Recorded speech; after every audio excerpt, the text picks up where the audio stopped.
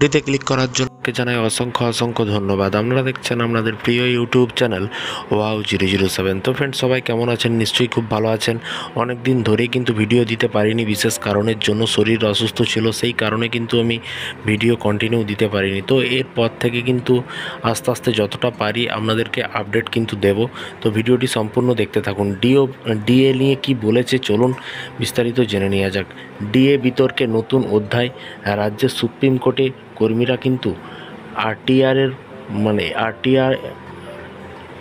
আরটিআইয়ের পথে।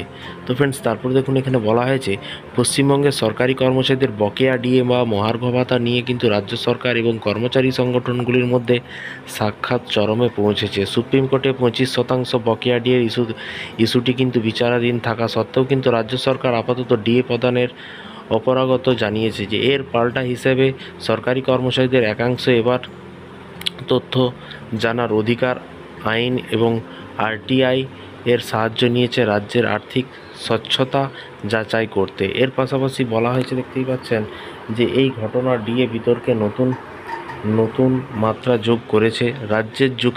রাজ্যের কি যুক্তি? আর্থিক সংকট, পাহাড় কিন্তু প্রমাণ বোঝা। রাজ্য সরকারের পক্ষ থেকে সুপ্রিম কোর্টে জানানো হয়েছে বর্তমানে রাজ্যের ঘাড়ে বিশাল আর্থিক বোঝা রয়েছে এবং আর্থিক সংকট এতটাই তীব্র যে এই মুহূর্তে ডিএ প্রদান করা তাদের পক্ষে কিন্তু সম্ভব নয়। রাজ্যের এই যুক্তিকে সামনে রেখেই তারা কিন্তু শীর্ষ আদালতের কাছে কিছুটা সময় চেয়েছে। তবে রাজ্য সরকারের এই ব্যাখ্যায় কিন্তু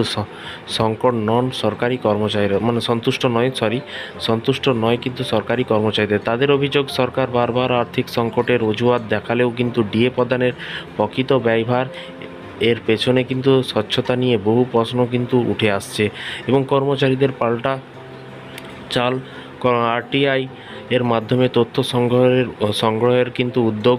এই পরিস্থিতিতে রাজ্যের সরকারি কর্মী ও অবসরপ্রাপ্ত সংগঠন ইউনিটি ফর্মের এক নতুন কৌশল অবলম্বন কিন্তু করেছে এবং 26শে জুন এই সংগঠনের সদস্যরা পশ্চিমবঙ্গ সরকারের অর্থ দপ্তরে একটি আরটিআই আবেদন দাখিল করেছে। তাদের মূল লক্ষ্য হলো চলতি বছরে এপ্রিল মাস থেকে কার্যকর হওয়া ডিএ সংক্রান্ত রাজ্য সরকারের সাম্প্রতিক বিজ্ঞপ্তির ভিত্তিতে কিন্তু বিস্তারিত তথ্য সংগ্রহ করা। কর্মীদের একাংশ মনে করছে যে এই তথ্য হাতে এলে কিন্তু মহার্ঘ ভাতা নিয়ে কিন্তু রাজ্য সরকারের আর্থিক দায়বদ্ধতা ও যাচাই জনসংগমে কিন্তু আসবে এবং আরটিআর আবেদনে কি জানাতে চলেছে। প্রাথমিক বিদ্যালয় শিক্ষক এবং পলাশ দত্ত তার আরটিআই আবেদনের মূলত 5টি গুরুত্বপূর্ণ প্রশ্ন তুলে ধরেছে। প্রাপকদের শ্রেণীবিন্যাস সরকারি বিজ্ঞপ্তি অনুযায়ী কিন্তু কোনো শ্রেণীর, যেমন সরকারি কর্মচারী, শিক্ষক, অবসরপ্রাপ্ত ও মোট কতজন প্রাপক এই মহার্ঘ ভাতার আওতায় রয়েছেন, প্রতিটি কিন্তু জানতে চেয়েছে।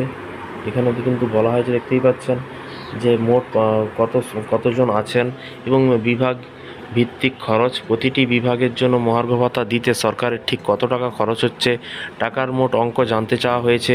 বার্ষিক মোট খরচ 2025-26 বর্ষে কিন্তু ডিএ বাবদ রাজ্য সরকারের মোট কত টাকা খরচ হবে তার একটি আনুমানিক অঙ্কও কিন্তু জানতে চাওয়া হয়েছে। ডিএ নির্ধারণের ভিত্তি কি? ঠিক কিসের ভিত্তিতে বা কোন মাপকাঠির ওপর ভিত্তি করে রাজ্য সরকার ডিএর হার নির্ধারণ করেছে? ভবিষ্যতের দিকে তাকিয়ে কর্মী মহল এবং সুপ্রিম কোর্টের আইনি লড়াইয়ের পাশাপাশি আরটিআইয়ের মাধ্যমে কিন্তু তথ্য সংগ্রহের পদক্ষেপ কিন্তু রাজ্য সরকারের উপর চাপ আরও কিন্তু বাড়বে বলে কিন্তু মনে করা হচ্ছে। কর্মীরা আশা করছে যে এই তথ্যগুলি ডিএ মামলার শুনানিতে তাদের পক্ষকে আরও শক্তিশালী করতে সাহায্য করবে।